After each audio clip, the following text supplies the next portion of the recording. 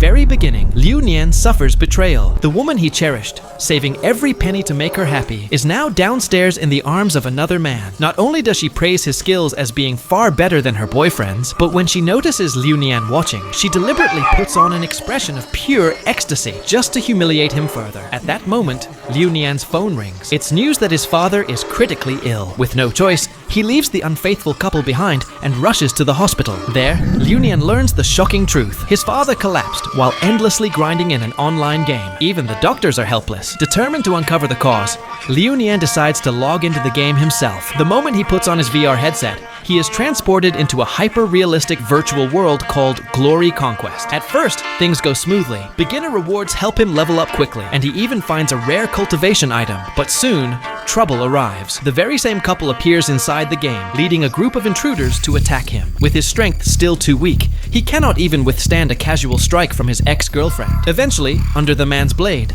Liu Nian is killed and left to die in the wilderness. Yet, when he opens his eyes again, he realizes something extraordinary. Staring at his reflection, Liu Nian discovers that he has actually crossed into the game, reborn not as a player, but as an NPC, the Cursed King, Emperor Xing. Although trapped within the Huangling tomb, he now possesses a second life. To test whether this world is truly real, he gives an intimate command to Lady Yu, and the overwhelming sensation confirms his suspicion. It is no illusion. Soon, Su Daji, impressed by the king's vigor, suggests that her sisters join in as well, celebrating his rebirth in the form of a ritual bath. Despite centuries of waiting in the tomb, Su Daji's beauty remains undiminished. As she disrobes, Liu Nian can no longer contain himself. Inside the sacred pool, he makes another discovery. The legendary 9 pools of flesh actually exist. Not only do they relieve exhaustion, but they also accelerate cultivation. Without hesitation, he immerses himself, and a fierce night of passion and power begins. The entire Huangling tomb echoes with voices until finally,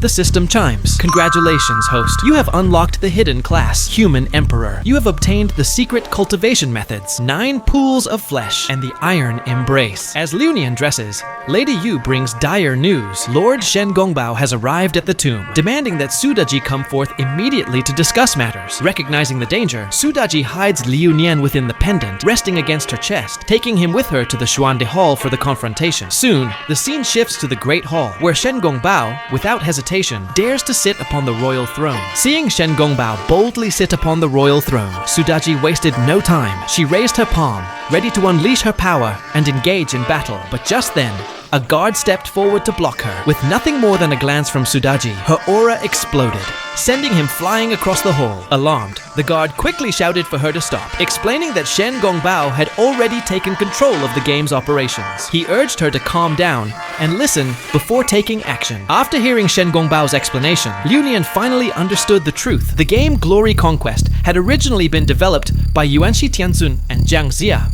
to select talented individuals from the real world who could ascend to the immortal realm. The original system was designed so that even if a player died inside the game, as long as their spiritual essence remained intact, they could revive at a resurrection point without suffering any harm in reality. But everything changed after Shen Gongbao, Huo Long, and the Tongtian sect leader sealed away Jiang Xia. They secretly allowed demons from the underworld to infiltrate the game disguised as NPCs, draining human spiritual essence bit by bit. This was why players like Liu Nian's father had fallen into comas in the real world, and with Yuanxi Tianzun in deep seclusion for at least 1,000 years, unable to intervene, the villains had time to absorb enough essence to break through into ancient realms of power. This time, Shen Gongbao had come to the Huangling tomb to confirm whether the cursed king had truly been reborn. For if the human emperor's essence was obtained, the Tongtian sect leader could instantly leap 2 cultivation levels. When Su Daji declared that the cursed king had not resurrected, Shen Gongbao refrained from further conflict. Instead, he offered a promise. If they could help him locate Emperor Xing's reincarnation, the Tongtian sect leader would ensure that Daji and her 2 sisters were freed from the tomb. With that, he turned and departed the Xuande Hall. Hearing all this, Liu Nian realized the stakes. If he failed to stop Shen Gongbao's scheme, not only would his father remain in peril, but the entire real world could face destruction. Impressed by his determination, Su Daji quickly presented a jade seal, explaining it had been left behind in the forest by the cursed king. Only someone of the human emperor's bloodline could unlock its power. With a single thought, Liu Nian summoned a brilliant treasure. A sword appeared before him. According to Husime, it was the Dragon Phoenix sword, a weapon that, once fully awakened, could cut down 10,000 armies with a single strike. However, it required many rare materials to activate. Recognizing his current weakness fierceness as a beginner, Liu Nian chose not to rush. For now, diligent cultivation and leveling up were most important. When he announced his departure, Su Daji clung to him with deep reluctance, vowing that she would continue training tirelessly